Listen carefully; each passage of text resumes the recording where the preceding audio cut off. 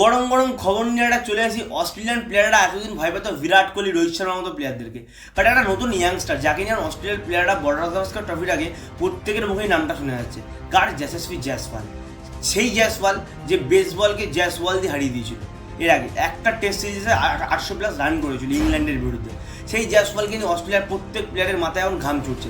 যেরকম Pat Cummins বলেছে, আমার এখন শুধু একমাত্র একটা কাউকে নিয়ে হোমওয়ার্ক করতে হবে, জয়সওয়াল।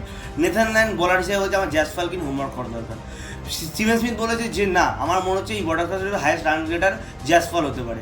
মার্নুস লাবুসেন বলেছে শুভমান গিল জয়সওয়ালের মধ্যে একজন হাইয়েস্ট রান গেটার হতে পারে। ক্যামেরন গ্রিন বলেছে জয়সওয়াল হাইয়েস্ট রান গেটার হতে পারে। মিচেল স্টার্ক বলছে জয়সওয়াল হাইয়েস্ট রান গেটার হতে পারে, আমার ওর বিরুদ্ধে বল করাটা ভালো করে দেখতে হবে।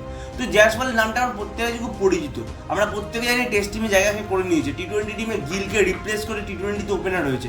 তো খুবই ভালো একটা প্লেয়ার আমরা জানি ইন্ডিয়া টিম পেতে চলেছে। হয়তো ভবিষ্যতে রোহিত শর্মার যে হিটিং অ্যাবিলিটি ছিল সেটাতে জয়সওয়াল কন্টিনিউ করতে পারে।